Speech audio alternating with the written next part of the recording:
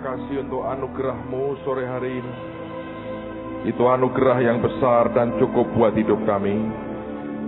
Kadang kami mengaku, kami merasa anugerah-Mu tidak cukup buat kami. Kadang kami berteriak minta anugerah yang lebih besar. Tapi kami tahu selalu yang Kau sediakan dan Kau berikan itu lebih dari cukup buat hidup kami. Dan kami mau berterima kasih seberapa yang Engkau berikan dan anugerahkan buat kami. Tuhan, Engkau Allah yang luar biasa, Engkau Tuhan yang sempurna. Hamba-Nya berdoa sore hari ini, ajari kami dari perkataanmu. Buat setiap anak-anak Tuhan ini mengerti akan jalan-jalan-Mu. Dan biar tidak ada satu orang pun yang keliru dalam melangkah bersama dengan Engkau. Urapi kami dengan roh hikmat, dengan roh wahyu dan pengertian. Terus ajari kami jalan di dalam anugerah-Mu yang ajaib. Kami sungguh bersyukur. Engkau Tuhan yang luar biasa, Engkau Tuhan yang ajaib. Dan biarkan dinyatakan kebenaran Tuhan dalam hidup kami. Di dalam nama Tuhan Yesus. Dan semua kita berkata, amin. Silakan duduk saudara. Mari kita buka firman Tuhan sore hari ini. Saya membaca sebuah rangkaian kisah dari Tuhan Yesus. Dan di dalam kisah-kisah ini, saya belajar bahwa Tuhan ingin berbicara banyak dalam hidup kita. Kalau Anda memperhatikan hidup Tuhan Yesus, ketika Dia pilih murid-muridnya, Dia pilih lewat sebuah doa yang panjang. Semalam-malaman Dia berdoa. Tetapi sebelum Dia pilih 12 di antara sekian banyak orang yang ikut dengan Dia, saya percaya bahwa rupanya ada sesuatu yang Dia mau tanamkan dalam hidup mereka. Dan dari apa yang Dia tanamkan itulah kemudian Dia berkata, oke, sekarang aku akan pilih 12 di antaramu. Nah, sore hari ini saya mau ajak kita melihat beberapa hal yang saya harap akan membuat saudara mengerti bahwa kekristenan itu sebenarnya bukan agama. Minggu lalu dalam pembukaan TSOA waktu kelas malam saya berkata, keagamawian itu bisa ditularkan, dalam pengertian bisa diwariskan seperti sebuah benda. Karena keagamawian bentuknya aturan demi aturan. Tetapi kerohanian itu beda dengan keagamawian. Kerohanian itu bicara soal relationship kita, hubungan kita dengan Tuhan secara pribadi. Nah, seharusnya orang percaya bisa mengerti akan hal ini. Dengan demikian kita bisa nangkap betul kemana Tuhan akan membawa kita. Mari kita lihat Lukas pasal yang kelima, Injil Lukas pasal yang kelima.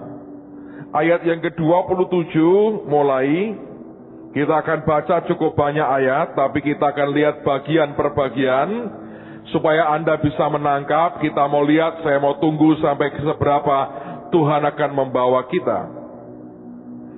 Ayat 27 judulnya Lewi pemungut cukai mengikut Yesus. Kemudian ketika Yesus pergi keluar, ia melihat seorang pemungut cukai yang bernama Lewi sedang duduk di rumah cukai. Yesus berkata kepadanya, ikutlah aku. Maka berdirilah Lewi dan meninggalkan segala sesuatu, lalu mengikut Dia. Saya baca dua ayat ini, saya kaget saudara. Betapa gampangnya orang ini ikut Tuhan, sambil meninggalkan segala sesuatu. Alkitab nanti kita akan mengerti bahwa dia bukan orang biasa, dia orang yang kaya. Dia mungut cukai, dia mungut pajak. Dia bukan orang sembarangan. Dia bisa mengadakan perjamuan yang besar. Pekerjaannya itu menghasilkan income yang tidak sedikit. Dan kemudian Yesus datang dan Dia berkata, kamu ikut aku. Hanya satu patah kata pendek saja. Kalimat yang sangat simpel yang berkata, follow me, ikut aku. Alkitab berkata Dia berdiri, Dia tinggalkan semuanya, dan Dia ikut Tuhan Yesus. Saya bermimpi makin banyak orang yang punya hati seperti ini. Saya bermimpi makin banyak orang yang punya jiwa yang begitu humble dan mengerti bahwa panggilan Tuhan itu di atas segala-galanya. Saya bermimpi akan makin banyak orang yang mengerti ketika Tuhan mengajak kita pergi dan mengikut Dia. Itu sesuatu yang layak dikorbani apapun saja dalam kehidupan kita. Saya baca 2 ayat ini dan saya berkata, ada mujizat yang ajaib terjadi pada hari itu. Dan Lewi mengadakan suatu perjamuan besar untuk dia di rumahnya. Dan sejumlah besar pemungut cukai dan orang-orang lain turut makan bersama-sama dengan dia. Orang-orang Farisi dan ahli-ahli Taurat bersungut-sungut kepada murid-murid Yesus, katanya, "Mengapa kamu makan dan minum bersama-sama dengan pemungut cukai dan orang berdosa?" Lalu jawab Yesus kepada mereka, katanya, "Bukan orang sehat yang memerlukan tabib, melainkan orang sakit." Ayat 32, "Aku datang bukan untuk memanggil orang benar, tetapi orang berdosa supaya mereka bertobat." Yang membuat Tuhan beda dengan keagamawian adalah keagamawian itu memberikan suatu stigma, memberikan sebuah cap yang berkata bahwa ini tidak bisa diubah lagi. Kalau orang itu dikatakan orang berdosa, keagamawian tidak bisa mengubah hidup orang itu. Karena itulah ketika Yesus masuk di rumahnya Lewi, orang-orang Farisi berkata, "Kenapa dia makan dengan orang berdosa?" Artinya keagamawian mereka akan berkata, ya mereka orang berdosa, selamanya orang berdosa. Tapi Yesus itu punya anugerah yang luar biasa. Kesanggupannya mengubah orang, membuat cara pendekatannya berbeda. Dan Alkitab berkata, "Aku datang bukan mencari orang benar, tapi orang berdosa supaya mereka bertobat." Dengan demikian dia berkata, yang aku punya engkau tidak punya. Aku punya kekuatan dan kuasa untuk mengubah orang. Dan ini yang tidak dimiliki oleh manusia, ini yang tidak dimiliki oleh keagamawian kita. Agama hanya berkata, kamu dosa, kamu baik, kamu suci, kamu dosa, kamu jahat, kamu baik. Tapi Tuhan berkata, aku tidak peduli keadaanmu seperti apa, aku punya kuasa untuk mengubah hidupmu. Nah, kabar baiknya buat kita adalah, kalau saudara ikut Yesus, hidupmu bisa diubah. Kalau saudara ikut agama Kristen, hidup Anda tidak bisa diubah. Saudara akan terus dalam keadaan yang sebagaimana Anda ada hari ini. Lalu kemudian timbullah masalah. Oleh karena itu banyak orang berkata, percuma aku ikut agama Kristen karena hidupku tidak diubah. Saya berkata, kekristenan sebagai agama belum tentu dan memang tidak pernah bisa mengubah orang. Tapi Yesus Tuhan punya kuasa mengubah orang. Dan ini membuat approach kita berbeda. Ketika KKR Waria, saya buat sebuah peraga. Saya butuh peraga. Saya minta satu teman ambil botol aqua yang bekas. Kemudian saya suruh buat sekotor-kotornya. Saya kasih daun, saya kasih kotoran. Dan saya berkata, ini botol aqua yang kotor. Dan orang normal berkata, tidak pernah orang mau simpan barang ini. Itu akan ditendang, itu akan dibuang, itu akan disingkirkan. Keagamawian akan seperti itu. Kalau Anda orang Kristen agamawi, engkau lihat orang di bawah, orang kotor, orang hina, orang miskin, Anda berkata, aku gak ada urusan dengan dia. Tapi kalau saudara punya hubungan pribadi dengan Yesus, saudara tahu apapun bisa diubah luar biasa. Apapun. Kalau hari ini tidak punya apa-apa, hari ini miskinnya luar biasa, dalam sekejap Tuhan bisa ubah. Hari ini brengseknya luar biasa, dalam sekejap Tuhan bisa ubah. Saudara tahu orang yang membawa para waria kebaktian di tengah-tengah kita, itu orang yang secara manusia semua orang dekatnya sudah nyerah dan berkata, gak mungkin orang ini bertobat. Susah banget. Saya tahu juga hari ini masih labil. Tapi yang saya kagum adalah cara Tuhan mengubah hidup orang. Kalau Anda melihat hidup Anda masing-masing, semua kita orang yang diubah oleh Tuhan. Tadi pagi saya baca di koran tentang orang bernama Cho yang membunuh 32 orang di Virginia. Dan akhirnya dia bunuh diri sehingga 33 orang mati di tangan dia. Ini orang yang minder sekali, bahasa Inggrisnya kurang pinter, diejek teman-temannya, dikerjain teman-temannya. Dan satu kali dalam kemarahannya dicampur dengan hobinya nonton film bunuh-bunuhan, nonton orang ditembaki dalam film dia senang banget, ditambah dengan beli senjata begitu mudah di Amerika. Dan mulai dia beraksi, dia buat geger seluruh dunia. Dalam sekejap dia bantai 32 orang sebelum akhirnya dia bunuh diri. Saya berpikir bahwa di negara di mana akhirnya ketika berkabung mereka buat kebaktian. Di negara di mana mata uang dolarnya berkata in God we trust.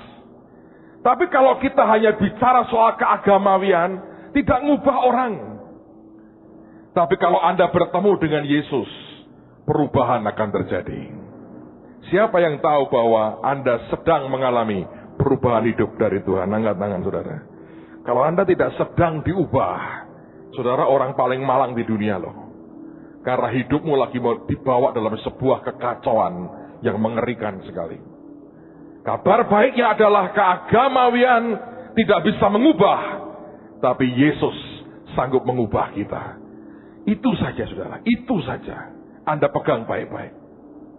Yesus mau berkata, aku bisa ubah orang. Dia bergaul dengan siapapun, dia bergaul dengan orang berdosa, dia bergaul dengan pelacur, dia bergaul dengan siapapun, dia bergaul. Bukan karena dia ingin supaya jadi orang gaul. Yesus tidak perlu jadi orang gaul. Tapi dia berkata, aku punya kesanggupan untuk mengubah orang lain. Hari ini saya tidak tahu apakah Anda lagi berdoa untuk seseorang yang perlu diubah. Saya beritahu kabar baiknya adalah Tuhan sanggup mengubah orang itu. Apakah selalu berhasil, Pak? Belum tentu sih. Karena manusia bukan benda. Tergantung apakah dia rela diubah Tuhan atau tidak. Tapi tetap kita mesti percaya, kita punya Tuhan, kita menyembah Tuhan yang bisa mengubah kehidupan kita. Dan soal gereja, saya berkata, ini bukan organisasi, ini soal perubahan hidup. Pelayanan kita ini bukan soal membuat jadi makin besar, ini soal mengubah hidup. Siapapun yang terlibat dalam pelayanan kita mesti mengerti, urusan kita urusan mengubah hidup orang jadi lebih baik. Dan kalau ini tidak difahami, akan gawat. Dan saya berkata Injil itu mengubah orang. Di dunia ini ada namanya jendela 1040. Dan itu mencakup areal daerah yang paling belum terinjili di dunia ini. Dan saya beritahu saudara bahwa itu merupakan konsentrasi daerah paling miskin di seluruh dunia. Dengan demikian sebetulnya Injil mau berkata, kalau orang terima Tuhan, hidupnya berubah, harga dirinya berubah, martabatnya berubah, berkatnya berubah, kekayaannya berubah, semuanya berubah. Ajaib loh. Dia memindahkan kita dari gelap pada terangnya yang ajaib. Itu keajaiban Tuhan, saudara. Siapa yang sadar bahwa kita masih perlu diubah Tuhan? Angkat tangan tinggi-tinggi. Saudara tahu ada satu stiker ditulis di Amerika pada tahun-tahun lalu sangat populer yang berkata gini, sabarlah dengan saya, Tuhan, karena Tuhan belum selesai dengan saya. Anda perlu buat ini stiker, sabarlah dengan saya, ya Tuhan belum selesai dengan saya. Sehingga kalau Anda nyebelin, tengi, orang berkata ya memang dia ini orang Lampung. Kalau ditunggu puluhan tahun, orang berkata ya produk gagal. Tapi mungkin perlu dibuat, Anda perlu buat sendiri. Kalau satu Bu Foni buat atau media buat, nyablon sendiri. Sabar dengan, terutama Anda yang tahu bahwa Anda nyebelin orang banyak. buat stiker gede, sabar dengan saya ya katanya. Gusti Allah dereng rampung katanya begitu. Masih Tuhan sedang bekerja. Sabar, sabar, sabar. Sabar dengan saya. Tuhan masih bekerja gitu. Percayalah, Tuhan mengubah luar biasa. Amen, saudara. Tuhan mengubah luar biasa. Bulan lalu ada reuni rumah damai. Rumah damai buat reuni, Waria juga buat reuni. Andre ikut 2 reuni ya Andre ya. Satu rumah damai dan yang kedua dari Waria untuk Waria. Jadi Andre termasuk panitia 2 reuni itu. Saya melihat akan perbedaan saudara. Mereka yang sampai sekarang masih di rumah damai dengan mereka yang sudah selesai dari rumah damai. Di situ Anda tahu perubahan. Kalau Anda lihat yang keluar dari rumah damai sekian tahun lalu, persis mereka yang masih di rumah damai hari ini. Berubah tuh. Di situ Anda lihat perubahan yang luar biasa. Cuma ada yang berbeda Andre, rumah damai sekarang dengan yang dulu. Dengan yang dulu tuh punya kekuatan tebar pesona yang luar biasa, ya betul ya? Yang sekarang nggak ada pesonanya kelihatannya. Ya. Kamu mesti tambahi mereka dengan pesona. Dulu di rumah damai ini banyak gadis jatuh cinta. Sekarang kenapa tidak ya? Kualitasnya berbeda ya Andre ya. Andre masih available untuk siapapun yang terpanggil sesuai dengan rencananya. So Tuhan mau mengubah hidup kita. So jangan Anda pernah berpikir Dia tidak sanggup mengubah kita. Dia Tuhan yang luar biasa. Lalu kita gerak lagi. Lihat ayat 33, ini luar biasa. Orang-orang Farisi itu berkata pula kepada Yesus, murid-murid Yohanes sering berpuasa dan sembahyang. Saya mau tanya siapa yang sering berpuasa? Angkat tangan. No. Siapa yang seminggu sekali minimal puasa? Coba angkat tangan. Tinggi-tinggi. 1, 2, 3. Oke. Siapa yang minimal sebulan sekali puasa? Angkat tangan.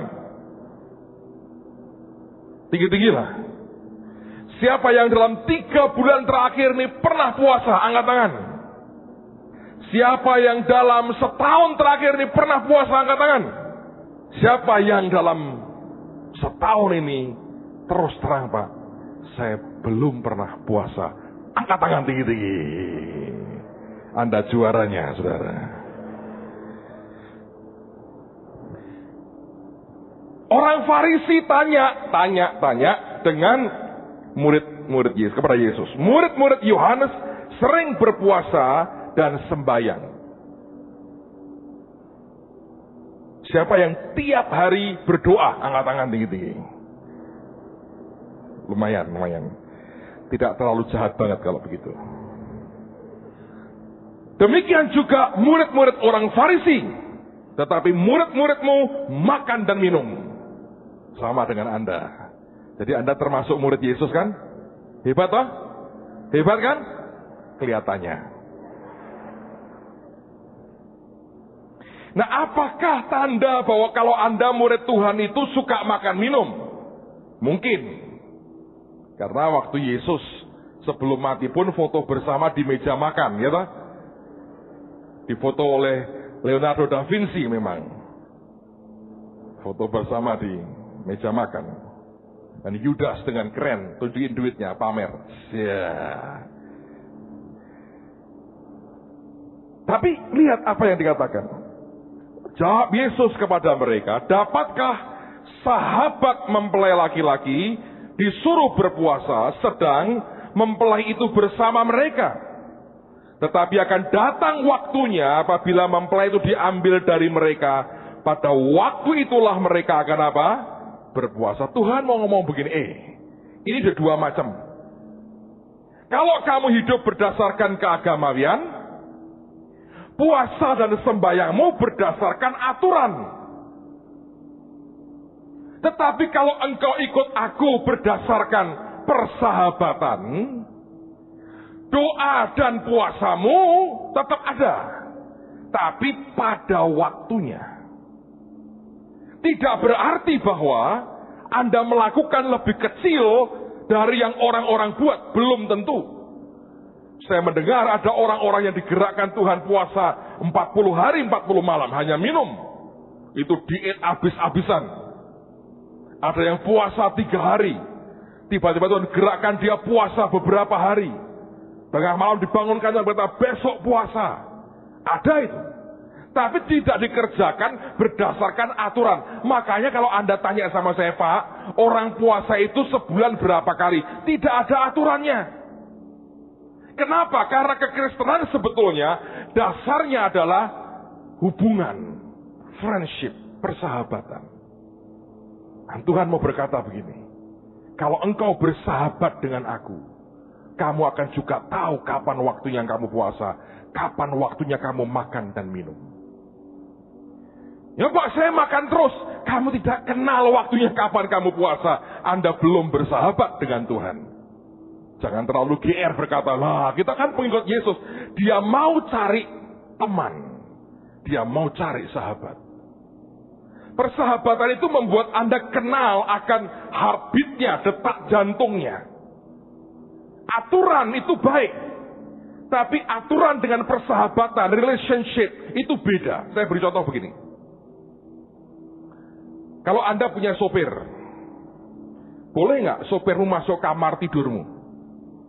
Boleh, kalau Anda perintahkan. Lampunya mati, Anda panggil sopirmu, tolong ganti, lepas. Dia naik, lepas untuk Anda. Terus keluar lagi. Terus, udah lepas ya, tiduran ya Bu ya, atau Mbak tiduran sebentar. Nggak bakal. Dia ngelanggar aturan, itu aturan. Pembantu boleh nggak masuk kamarmu? 1, 2 atau 1 orang yang Anda perintahkan tiap pagi beresi ompolmu dan sebagainya itu mungkin boleh. Tapi kalau tidak boleh sembarangan. Kalau kelak Anda punya anak, boleh nggak masuk kamarmu? Perlu izin tidak? Normalnya tidak, kecuali bapaknya diktator kayak Hitler. Karena itu apa yang membuat berbeda? Friendship-nya, persahabatannya. Kalau Anda ikut Tuhan itu seperti gini, seperti tinggal di Indonesia. Indonesia itu Anda kalau maju harus kenal seseorang. Ngerti? Anda ikut tender, Anda mau ikut berbagai proyek, kalau Anda kenal seseorang, itu akan berbeda. Saya punya teman yang kalau ngobrol seringkali, Pak saya doakan besok saya makan malam dengan Pak Menteri. Untuk apa makan malam? Di mana Pak? Oh kami terbang ke Bali. Beliau pas ada tugas di sana, saya tawari untuk makan malam dengan saya di Bali. Itu sedang tidak makan malam sebetulnya. Dia lagi ngincar sebuah proyek tertentu. Tapi dia jalin persahabatan. Kalau dia keluar negeri, kalau istrinya minta tas, dia berkata, doa dulu. Tapi dia lihat tas bagus, itu ribuan dolar, dia beli. Buat siapa? Ibu Menteri. Kalau istrinya, mangga 2 saja. Murah meriah, barangnya bentuknya sama. Dan tidak ada orang berani berkata itu palsu, karena kamu istrinya orang kaya. Tapi dia dengan orang yang dia mau jalan hubungan, dia membina hubungan seperti itu.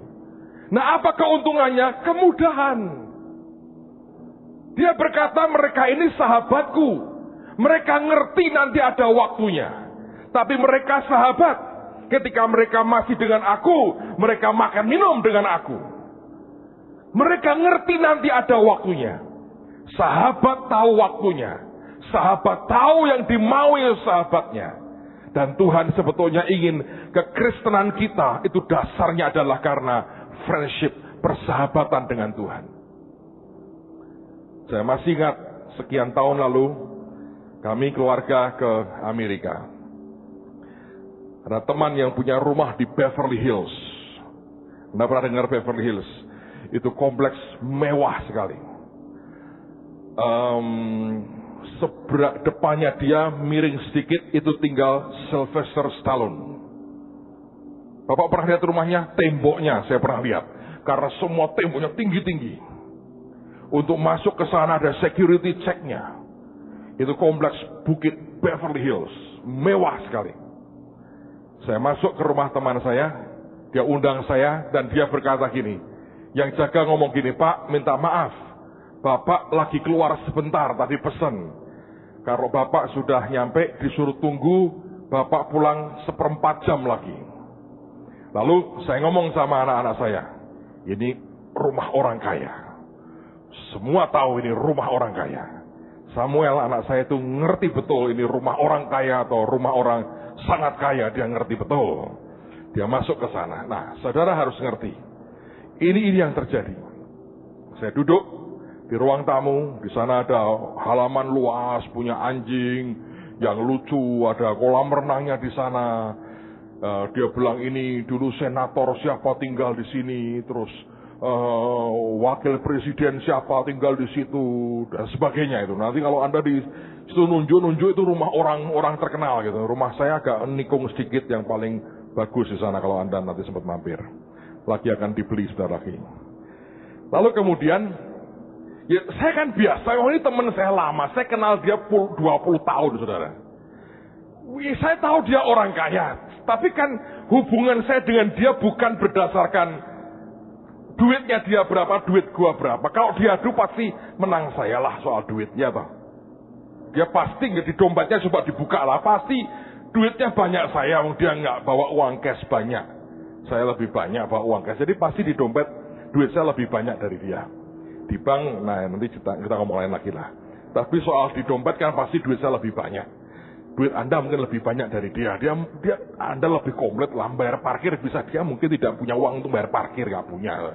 Karena kemana-mana banyak dolar, jadi mau kasih parkir $10 kalau terlalu banyak, $1 juga repot dan sebagainya. Jadi Anda lebih komplit dari dia lah. Jadi soal kekayaan itu relatif, sudah tenang aja. Jangan terlalu minder sama orang kaya, biasa-biasa saja. Lalu kemudian saya duduk, nunggu, saya angkat kaki saya nangkring, ya gitu lah, gimana saya nangkring aja gitu kaki saya. Tiba-tiba anak saya ini hebat sekali sama. Papa, kenapa? Aku bilang, Papa dulu. Dia tegang sekali. Saya bilang, kenapa? Apakah dia dapat penglihatan?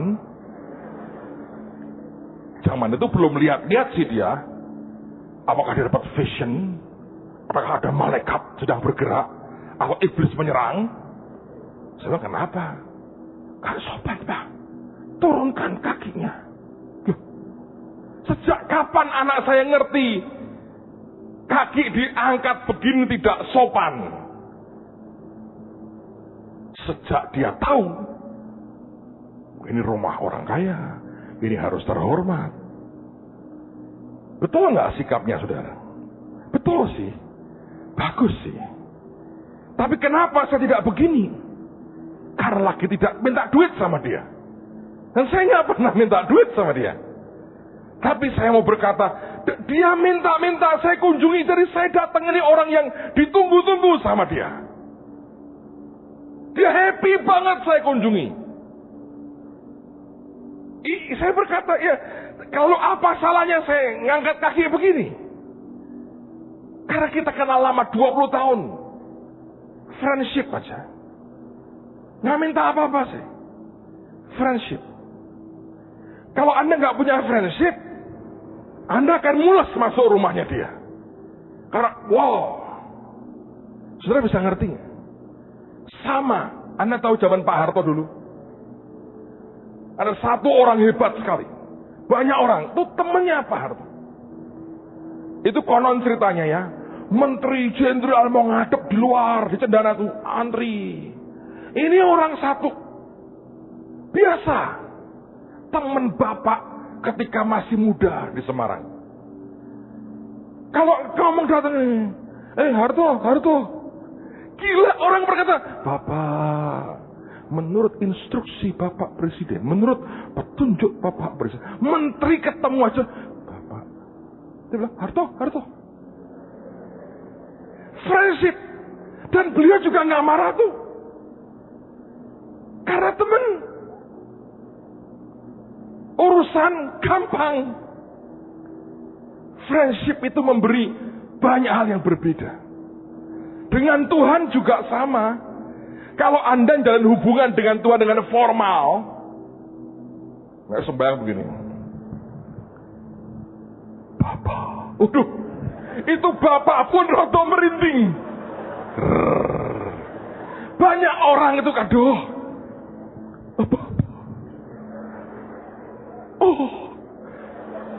Terus saya berkata, cilikno volumene. Percayalah Bapak merinding juga. Gitu. Loh, saya sedang tidak mengajari Anda kurang ajar. Anda perlu friendship. Anda pernah dengar Benny Hinn? Benny Hinn itu kalau makan, Tuhan, makan. Tapi ada yang begini, oh Bapak, ingatlah janda-janda orang-orang miskin, para pengungsi lumpur Lapindo yang sedang kepanasan.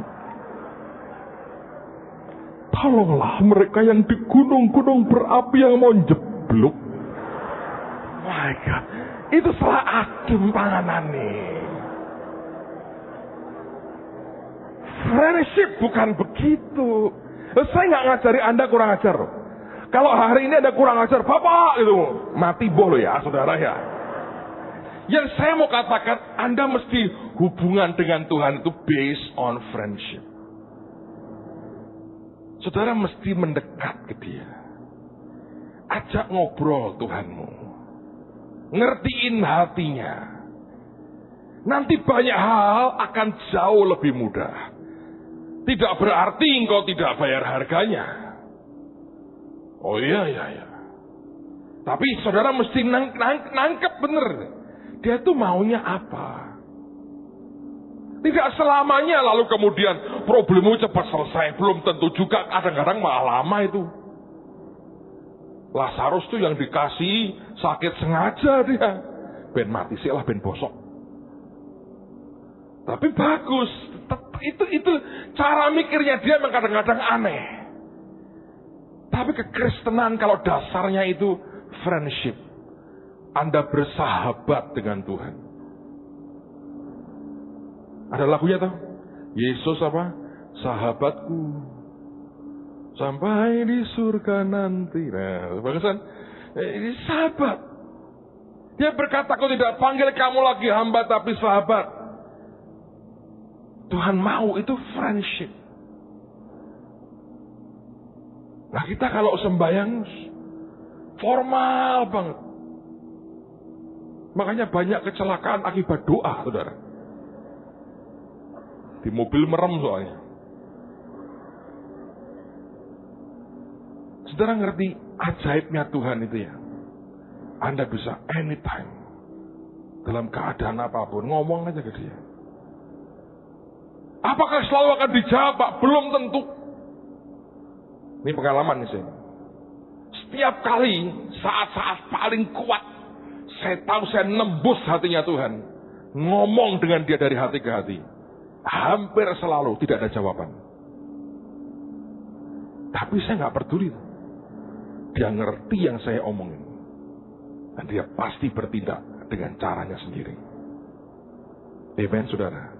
So mulai dengan friendship. Bukan dengan aturan. Itu akan membuat perubahan yang lain lagi. Lompat sekarang, pasal yang ke-6. Lukas pasal yang ke-6.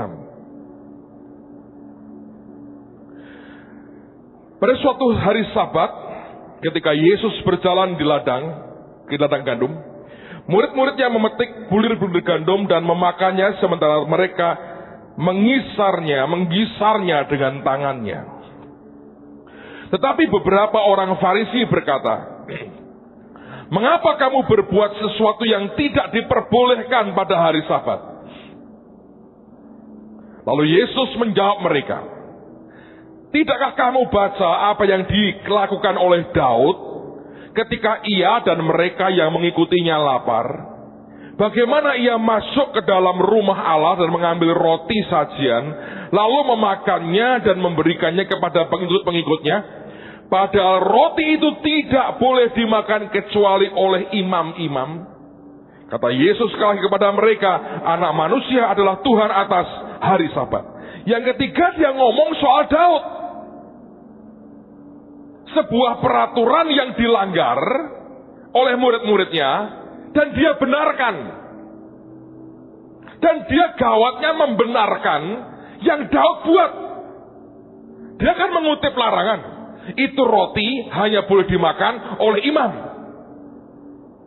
Nah Daud makan. Kok gak mati katanya. Apakah Tuhan bermaksud membatalkan aturannya dia? Tidak. Nah, contoh yang dia berikan adalah Daud. Apa yang berbeda? Saudara harus mengerti bahwa Daud itu memang legalnya secara manusia. Dia bukan imam, dia bukan orang Lewi, dia suku Yehuda. Sampai kapanpun secara hukumnya Musa, dia tidak pernah bisa jadi imam. Tetapi di depan Tuhan, Daud itu punya 3 panggilan. Dia adalah raja, dia juga nabi, kalau Anda perhatikan mazmurnya, nubuatannya soal Yesus dan sebagainya. Tapi dia juga seorang imam.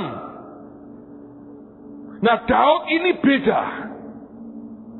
Dari mana tahu dia seorang imam? Dia kejepit di Siklak, dia berkata, bawa baju efod kemari. Dia pakai baju efod loh. Hanya imam yang boleh, dan dia nggak mati. Dia buatin tabut Tuhan itu tempat. Tidak ngikuti aturannya Musa. Kalau Musa ini ada halaman, ruang suci masih. Dia nggak bangun tenda kayak tenda pramuka. Satu, selesai, masukin. Nggak mati itu. Ini orang beda sekali. Daud itu punya panggilan keimaman. Raja Uzia masuk ke ruang suci, baru membakar ukupan dupa, kena kusta, mati. Dia tidak punya panggilan keimaman. Dia hanya raja. Tuhan mau berkata begini, kamu ikut aku. Kamu harus ngerti panggilanmu. Di dalam panggilan itulah ada otoritas. Orang yang jalan tidak berdasarkan panggilannya, tidak akan didukung, di backup oleh otoritas. Tapi kalau orang jalan sesuai dengan panggilannya, otoritas Tuhan akan menyertai hidupnya. Tuhan berkata, betul, aturan berkata, roti itu hanya imam yang boleh makan. Tapi dia mau berkata, Musa punya aturan, bahwa hanya Lewi yang boleh makan. Oke, tapi Daud itu punya panggilan keimaman. Makanya kalau Anda baca di Alkitab, Daud diurapi jadi raja 3 kali. Pertama di rumah bapaknya, kedua raja atas Yehuda, ketika raja atas seluruh Israel. 3 kali kepala ini diurapi jadi raja. Sebetulnya dia berkata, itu pengurapan imam, raja, dan nabi. 3-tiganya ada di dalam dia. Anda baca mazmur-mazmurnya, itu sebuah korban yang naik di hadapan Tuhan. Itu mazmur adalah korban rohani yang berkenan di hadapan Tuhan. Kidungnya, nyanyiannya, worshipnya dia, itu dia sebagai imam tuh, naikin di hadapan Tuhan. Dan Tuhan berkata, dia imam, dia makan roti dan dia tidak mati. Saudara, kalau Anda ingin punya otoritas dalam hidupmu, engkau kerja, engkau sekolah, engkau kuliah, engkau bekerja, apapun, jangan keluar dari panggilanmu. Kalau engkau melenceng dari panggilan saudara, tidak ada otoritas Tuhan di atasnya. Tapi kalau engkau hidup berdasarkan panggilanmu, saudara akan dipakai Tuhan luar biasa. Dan memang sebetulnya kalau Anda perhatikan, setiap orang punya panggilan yang berbeda-beda. Anda harus kenali betul panggilanmu itu apa. Orang yang tidak ngerti persis panggilannya, itu orang gawat loh saudara. Anda paling-paling tidak pernah bisa kemana-mana. Itu terbaiknya tidak bisa kemana-mana. Tidak pernah bisa maju. Tidak ngerti panggilannya apa. Tapi kalau kita bisa ngerti panggilanku itu apa, hidup kita dahsyatnya luar biasa. Anda main dalam areal yang Tuhan berikan, Anda bisa bergerak sangat kuat dan luar biasa. Dan memang saya beritahu, orang itu dalam bahasa Jawa sawang sinawang. Ngelihat orang lain, wah dia asik ya, itu asik ya, itu asik. Kita terdorong cenderung pengen ikuti panggilan orang lain. Saya berkata, jangan saudara. Ikuti panggilanmu. Di dalam panggilan itu ada otoritas. Kalau Anda lihat sebuah truk besar yang melaju dengan cepat sekali, kendaraan lain besi tidak bisa menghalangi. Tapi seorang anggota polisi lalu lintas, mungkin dengan pakaian biasa, badan nggak terlalu gemuk, dia bisa berdiri di tengah-tengah. Dia cuma kedangkan, acungkan tangannya begini. itu truk besar-besar berhenti. Apakah orang ini Superman? Apakah dia punya ilmu? Tidak. Dia punya apa? Otoritas. Dia pakai seragamnya itu adalah otoritas. Kenapa dia bisa pakai itu dan kita tidak? Sebab dia memang seorang polisi. Dia dipanggilan hidupnya adalah polisi dan dia anggota polisi. Karena panggilan dan hidupnya adalah polisi, dia berhak pakai seragam polisi. Dan semua atribut yang dia pakai itu merupakan simbol mewakili otoritas negara. Dan waktu dia berkata berhenti, seluruh undang-undang di belakang dia berkata, lu sopir boleh gede seperti apa, berhenti. Ini mobil boleh segede ribuan ton, lu mesti berhenti.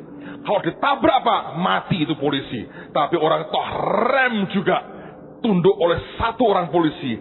Bam, dia begini. Kalau Anda di tengah jalan, Anda begini, orang berkata, wong edan ini, ngendat. Ya tak? Sebab Anda tidak punya otoritas. Anda boleh kekar badanmu 10 kali lipat dia. Anda boleh punya otot kawat balong besi. Anda boleh punya apapun yang hebat. Badan boleh gede, tapi tanpa otoritas gak ada gunanya. Anda hanya punya otot, tapi tidak ada otoritas. Berapa banyak orang yang kerja dengan ototnya dan tidak ada otoritas. Seharusnya kalau kita bisa jujur satu dengan yang lain, dan kita bertanya kepada Tuhan, Tuhan, di mana sih sebenarnya hidupku ini? Engkau taruh aku di mana? Jangan taruh di tempat yang Anda ingin. Taruh di tempat yang Tuhan tetapkan dalam kehidupan saudara. Otoritasnya akan luar biasa. Di situ Anda akan terima kemudahan. Kenapa kita diberkati Tuhan? Dan bulan depan dalam anugerahnya kita bisa pindah ke Holy Stadium. Dan gedung itu jadi relatif dalam waktu yang cukup singkat. Sebab Tuhan beri otoritas. Kenapa dia beri otoritas kepada kita? Oleh karena anugerahnya turun. Dia panggil dan kita berkata ya dengan panggilan Tuhan. Waktu kita mengiyakan, dia turunkan otoritasnya. Dan waktu otoritasnya turun, Anda melihat akan backup kerajaan surga luar biasa. Kalau Anda pengusaha, Anda harus tahu itu merupakan panggilanmu. Anda harus nyaman di situ. Dan lakukan semua berdasarkan panggilanmu. Saudara akan disertai Tuhan dengan otoritas yang luar biasa. Ada banyak pengusaha, saya kenal dengan satu orang di luar kota. Dia pengusaha, sebetulnya dia baik-baik jadi pengusaha.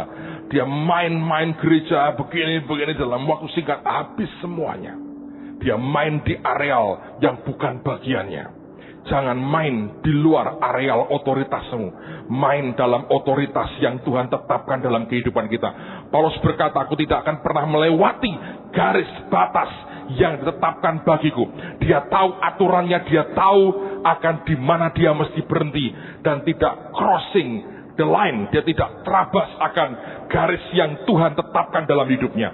Orang kalau masing-masing bisa main dengan begitu bagus dalam bagiannya, dia akan jadi berkat bagi orang lain dan menolong orang lain dengan cara Tuhan yang luar biasa.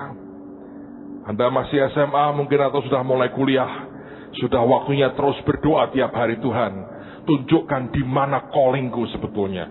Aku ini kau panggil sebagai apa? Apapun yang kemudian Tuhan tetapkan, Anda lakuin saudara. Otoritas Tuhan akan menyertai kita.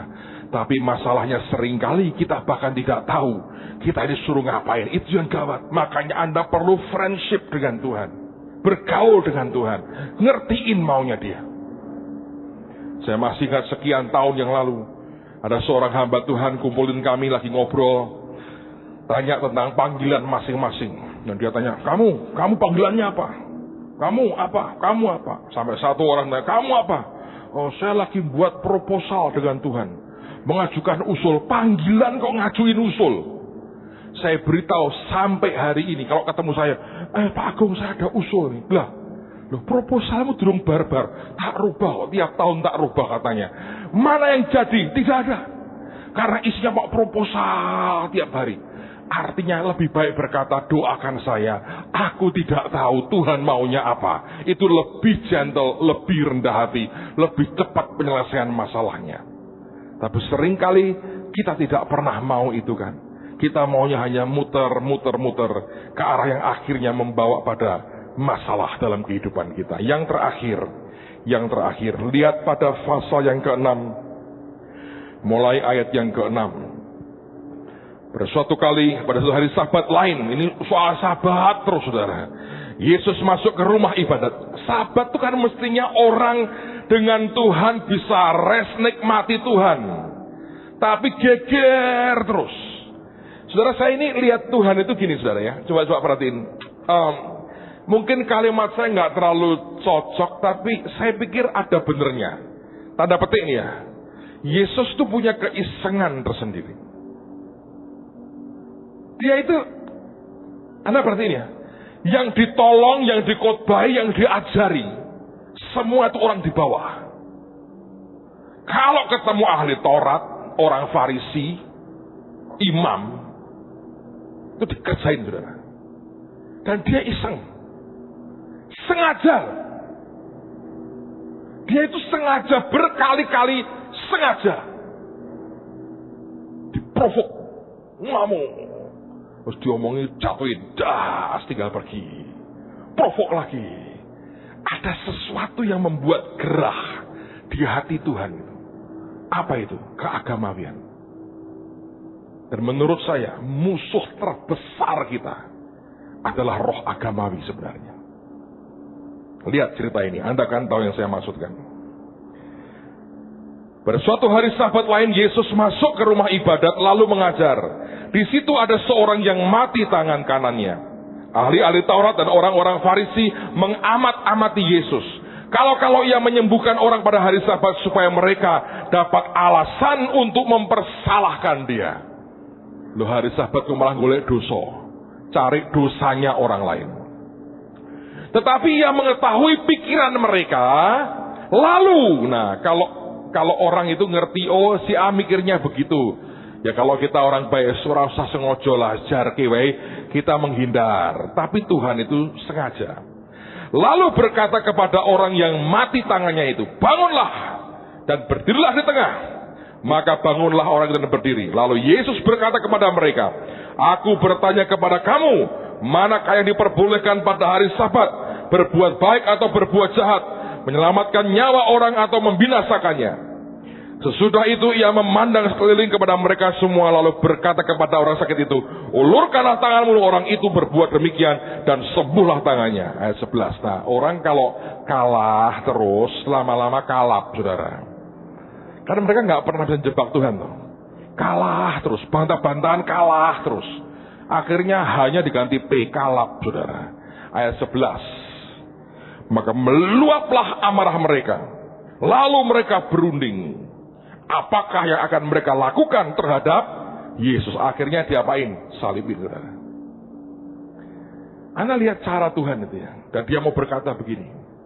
Kekristenan, kerohanian, itu bicara soal belas kasihan. Melihat mereka yang terpuruk dan mereka yang di bawah. Dan mereka yang menderita. Tapi keagamawian hanya mementingkan aturan. Apa yang membuat mereka marah sebetulnya? Coba Anda pikir baik-baik. Apa yang membuat orang-orang agamawi itu marah dengan Yesus? Apa? Melanggar aturan? Saya tidak terlalu yakin sih. Karena Tuhan pernah negur mereka tuh. Kalau dombamu hilang di hari Sabat, kamu cari nggak? Dicari nggak? Cari. Jadi melanggar aturan tuh mereka juga melanggar. Anda harus tahu Yahudi. Anda mau tahu Yahudi? Yahudi itu gini, saudara. Ada orang Yahudi datang ke pastor. Dia berkata gini, pastor, aku mau jadi Katolik, pastor. Karena di gereja itu ada diberi bantuan keuangan. Aku mau jadi Katolik. Lalu pastornya berkata, ya, kamu nggak bisa jadi Katolik.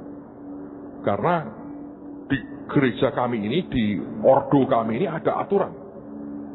Bahwa kami tidak mau makan daging kambing.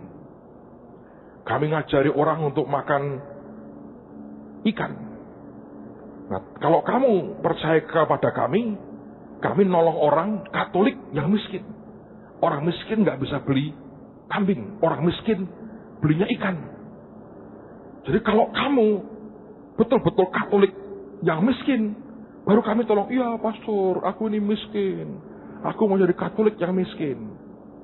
Lalu kemudian pastor berkata, oke, aku mau lihat dulu pokoknya. Dalam 1 minggu ini, kalau kamu aku dapati makan daging kambing dan tidak makan ikan, fish, kamu tidak akan aku terima. Ya pastor, silahkan setiap jam makan. Pastor lihat di rumah saya pasti makan ikan. Saya miskin pastor, saya mau jadi Katolik yang miskin. Udah, hari pertama pastornya lewat, masuk rumah, makan ikan. Pastor, kami miskin pastor, mau Katolik miskin. Sebetulnya dia pengen duit. Lepasnya pulang, ya makan. Kan hari pertama, hari kedua, hari ketiga, sampai hari ke-6 nggak tahan, saudara. Ikan dulu, amis, dia nggak tahan. Dia beli kambing, dia makan daging lem, dia makan. Lalu sudah siap semua masaknya. Pastornya datang.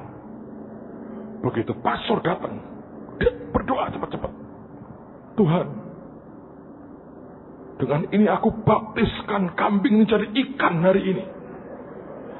Dia percik sama air, aku baptis jadi ikan. Dan dia berkata, ini ikan pastor. Seperti Yahudi dipercik jadi Katolik. Ini kambing jadi ikan. Kan pastor percaya toh, baptis Yahudi jadi Katolik. Percaya toh pastor? Iya, saya juga percaya. Kambing ini saya baptis, ikan ini pastor. Anda tahu itu Yahudi banget. Anda harus tahu orang Yahudi. Orang Yahudi bukan soal aturan. Mereka juga jago melanggar aturan. Kenapa yang membuat mereka marah dengan Tuhan? Menurut saya sederhana. Karena yang buat mujizat bukan mereka. Yang nyembuhin orang sakit bukan mereka. Yang bangkitin orang mati bukan mereka. Yang digandrungi orang banyak bukan mereka. Dan peran mereka bergeser. Mereka tidak lagi jadi orang panutan di masyarakat. Dan hati rakyat dicuri sepertinya oleh Yesus. Itu yang membuat mereka resah dan membuat mereka marah. Saudara sekalian, mari ikut Tuhan dengan friendship, dengan persahabatan. Semuanya akan berbeda. Mari berdiri sama-sama. Ya Tuhan Allah semesta alam, dengarkanlah doaku. Pasanglah telinga ya Allah Yakub. Ya Tuhan. Lihatlah perisai kami ya Allah. Pandanglah wajah orang yang Kau urapi. Engkau telah berkenan kepada tanah-Mu ya Tuhan. Telah memulihkan keadaan Yakub. Engkau telah mengampuni kesalahan umat-Mu. Telah menutupi segala dosa mereka. Engkau telah menyurutkan segala gemas-Mu. Telah meredakan murka-Mu yang menyala-nyala. Pulihkanlah kami, ya Allah penyelamat kami. Dan tiadakanlah sakit hati-Mu kepada kami. Untuk selamanyakah Engkau murka atas kami? Dan melanjutkan murka-Mu turun-temurun? Apakah Engkau tidak mau menghidupkan kami kembali? Sehingga umat-Mu bersukacita karena Engkau. Perlihatkanlah kepada kami kasih setia-Mu ya Tuhan. Dan berikanlah kepada kami keselamatan daripada-Mu. Aku mau mendengar apa yang hendak difirmankan Allah Tuhan. Bukankah Ia hendak berbicara tentang damai kepada umat-Nya dan kepada orang-orang yang dikasihi-Nya, supaya jangan mereka kembali kepada kebodohan. Sesungguhnya keselamatan daripadanya dekat, pada orang-orang yang takut akan Dia, sehingga kemuliaan diam di negeri kita. Kasih dan kesetiaan akan bertemu. Keadilan dan damai sejahtera akan bercium-ciuman. Kesetiaan akan tumbuh dari bumi, dan keadilan akan menjenguk dari langit. Bahkan Tuhan akan memberikan kebaikan, dan negeri kita akan memberi hasilnya. Keadilan akan berjalan di hadapannya, dan akan membuat jejak kakinya menjadi jalan. Orang yang duduk dalam lindungan yang maha tinggi dan bermalam dalam naungan yang maha kuasa akan berkata kepada Tuhan, tempat perlindunganku dan kubu pertahananku, Allahku yang kupercayai. Sungguh Dialah yang akan melepaskan engkau dari jerat penangkap burung, dari penyakit sampar yang busuk. Dengan kepaknya Ia akan menudungi engkau. Di bawah sayapnya engkau akan berlindung. Kesetiaannya ialah perisai dan pagar tembok. Engkau tidak usah takut terhadap kedahsyatan malam, terhadap panah yang terbang di waktu siang, terhadap penyakit sampar yang berjalan di dalam gelap, terhadap penyakit menular yang mengamuk di waktu petang. Walau 1.000 orang rebah di sisimu dan 10.000 di sebelah kananmu, tetapi itu tidak akan menimpamu. Engkau hanya menontonnya dengan matamu sendiri dan melihat pembalasan terhadap orang-orang fasik. Sebab Tuhan ialah tempat perlindungan. Yang maha tinggi telah kau buat tempat perteduhanmu.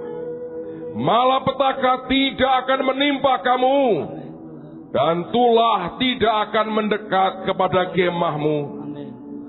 Sebab malaikat-malaikatnya akan diperintahkannya kepadamu untuk menjaga engkau di segala jalanmu.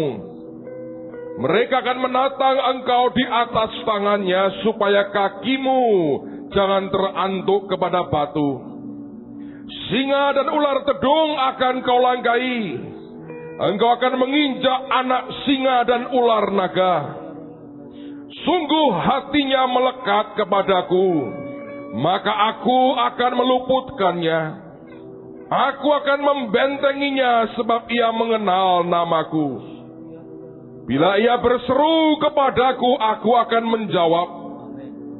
Aku akan menyertai dia dalam kesesakan. Aku akan meluputkannya dan memuliakannya. Dengan panjang umur akan kukenyangkan dia, dan akan kuperlihatkan kepadanya keselamatan daripadaku. Betapa besarnya pekerjaan-pekerjaanmu ya Tuhan, dan sangat dalam rancangan-rancanganmu. Orang bodoh tidak akan mengetahui, orang bebal tidak akan mengerti hal itu. Apabila orang-orang fasik bertunas seperti tumbuh-tumbuhan, dan orang-orang yang melakukan kejahatan berkembang, ialah supaya mereka dipunahkan untuk selama-lamanya. Tetapi engkau di tempat yang tinggi untuk selama-lamanya ya Tuhan. Sebab sesungguhnya musuhmu ya Tuhan, sebab sesungguhnya musuhmu akan binasa. Semua orang yang melakukan kejahatan akan dicerai-beraikan. Tetapi kau tinggikan tandukku seperti tanduk banteng. Aku dituangi dengan minyak baru. Adalah baik untuk menyanyikan syukur kepada Tuhan, dan untuk menyanyikan mazmur bagi namamu yang maha tinggi, untuk memberitakan kesetiamu di waktu pagi dan kesetiaanmu di waktu malam. dengan bunyi-bunyian 10 tali dan dengan gambus dengan diiringan kecapi. Sebab telah kau buat aku bersukacita ya Tuhan dengan pekerjaanmu. Karena perbuatan tanganmu aku akan bersorak-sorai. Betapa besar pekerjaan-pekerjaanmu ya Tuhan, dan sangat dalamnya rancangan-rancanganmu. Dan biar sejak hari ini berkat yang terbaik turun kepada umatmu. Semua celah yang membuat iblis bisa menerobos ditutup hari ini dalam nama Tuhan Yesus. Tidak ada cawan-cawan yang retak dan bocor, sehingga setiap berkat yang dicurahkan Tuhan terbuang lagi. Semua cawan hidup kami utuh dan penuh dan kuat, bahkan diperbesar, karena berkat-Mu. Sudah waktunya umat-Mu diberkati Tuhan. Sudah waktunya umat-Mu dipulihkan. Sudah waktunya umat kemuliaan-Mu dinyatakan. Dan aku berkata kepada semua kuasa kegelapan, jangan sentuh anak-anak Tuhan ini. Jangan sentuh umat yang dibayar, ditebus dengan darah Yesus. Kami ada oleh karena penebusan Kristus. Ingat pengorbanannya 2000 tahun yang lalu, hai setan. Sudah dibayar lunas. Dan aku berkata, jangan sentuh hidup mereka. Yang berlaku dalam hidup kami hanya yang sempurna kehendak Tuhan. Syakarata sakana lama sakalama.